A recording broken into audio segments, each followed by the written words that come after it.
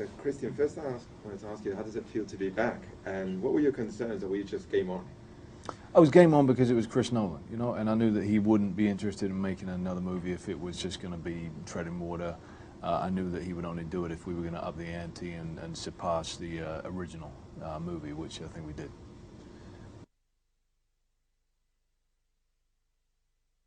How would you say your character has evolved? He's more mature. He now has the burden of responsibility of power, which he's learned. You know, he's not aspiring to that power any longer. He has achieved good, but he also is being accused of attracting a different quality of criminal to the city. Freaks, you know, none more so than the Joker. And he is also realizing that this is not going to be quite so easy to slip away from than he believed. I think he, in his naivety as an angry young man in the first one, believed it could be a finite endeavor to clean up Gotham and then leave.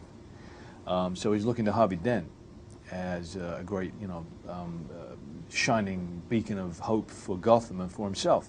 Because if he can get an elected official with integrity who can actually do that job of cleaning up Gotham, then Batman becomes obsolete. And that's ultimately what he wants. But he's finding that he just can't get out of it. You know, he's being pulled back in, that he's becoming needed. We see that internal struggle in him. It's like he wants to get rid of the job in a way. Absolutely he does. You know, I mean, what is good for Batman is terrible for Bruce Wayne. He's putting his own life on hold completely. You know, he really has three personas. He's got the Batman, which is a very true image of who Bruce Wayne is, with his rage and his violence, and the part of him which is incredibly effective, but which he has to keep in check as well, because he can very easily cross the line. We have the other true Bruce Wayne, which is the very, very private one, who really only Alfred and Rachel see, who leads a very lonely existence.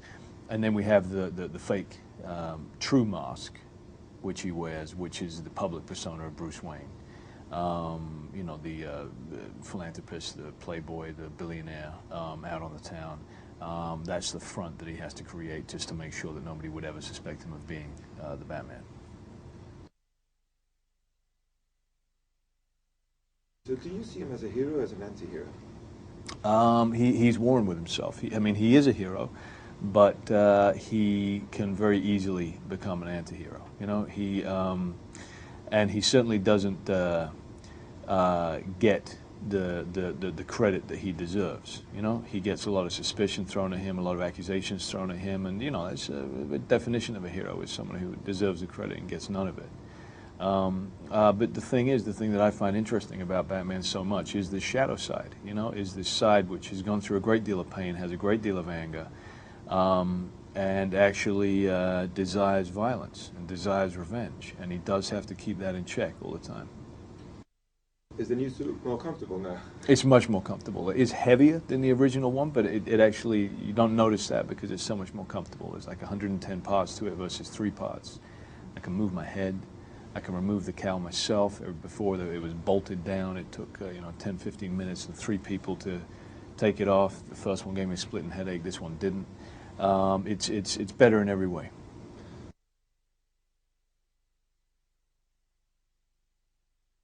What was it like to work with Heath Ledger, and what do you think he brought to the role of the Joker?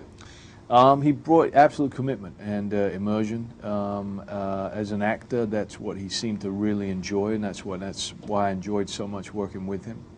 You know, once he donned the makeup and the clothing and everything, he was the Joker. He maintained that character. Once he took it off, he was fantastic company. I liked him a great deal.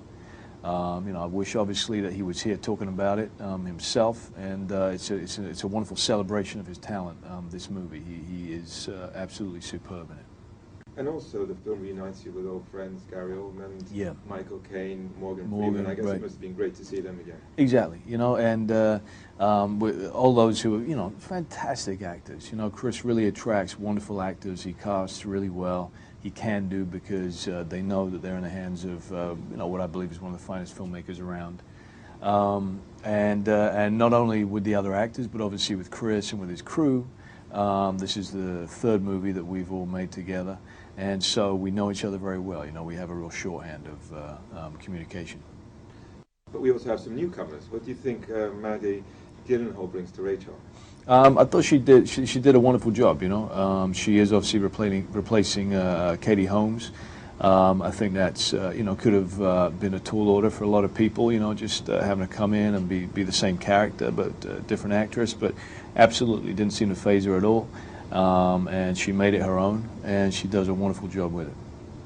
And then you have Aaron Eckhart as a new DA. Initially, you two don't really trust each other.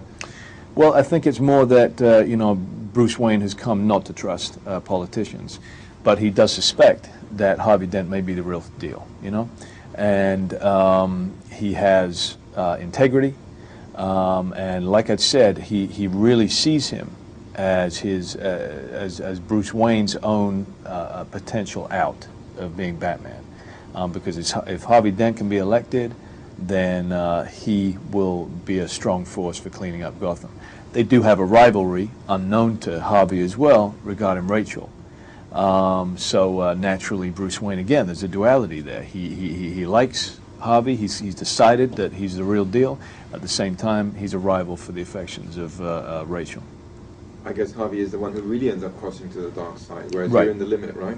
Yeah, yeah. You know, tragedy, you know, affects people in different ways, and Harvey Dent ultimately is not able to hang on to his humanity. It's something which Batman barely does, but he does do it.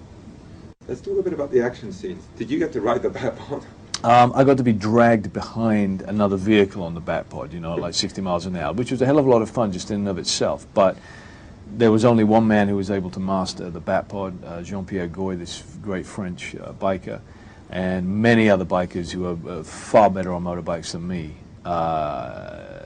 ended up crashing on it, getting flipped off of it, because it's not like riding a motorbike. You know, you can't bank in the same way that you can. The tires make that near impossible.